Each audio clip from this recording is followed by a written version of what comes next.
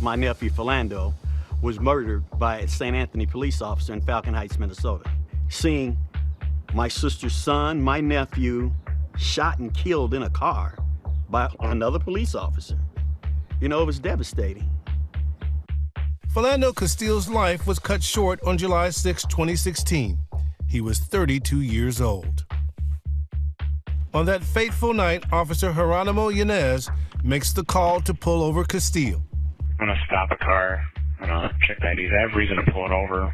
The two occupants just look like the people that were involved in our robbery. The driver looks more like one of our suspects just because of the wide set nose. The situation escalates in a matter of seconds. I have to tell you, I do have a firearm on me. Don't reach for it then. Don't pull it out. Don't pull it out.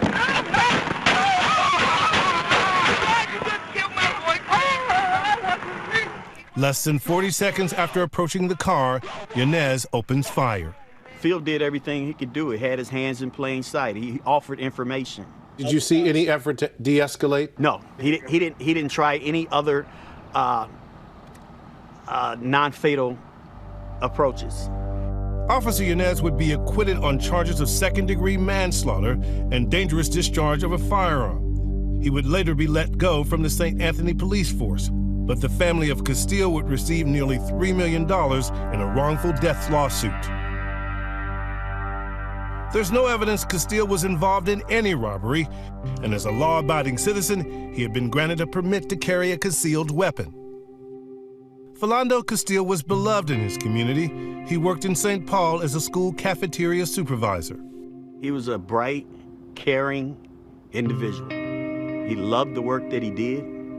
He loved his mother and his sister, his whole family. I can tell you miss him. Oh yeah, without a doubt.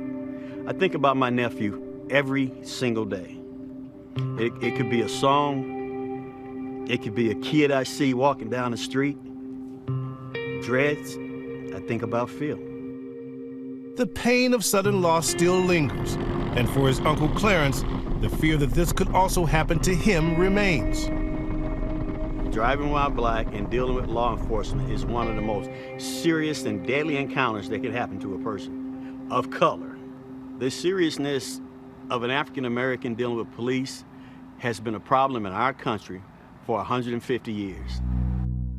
An ABC News investigation in partnership with our own stations examining traffic stops has revealed stark disparities.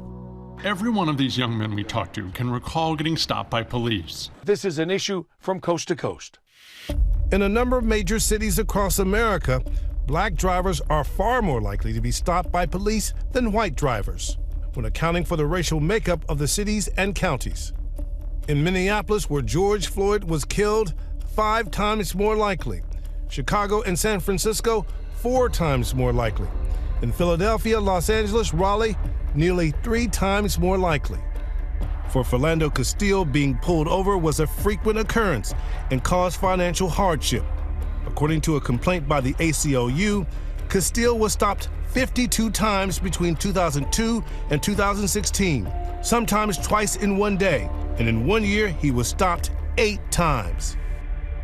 Does it offend you that he was pulled over that many times? Yes, it does, because it definitely means he was profiled.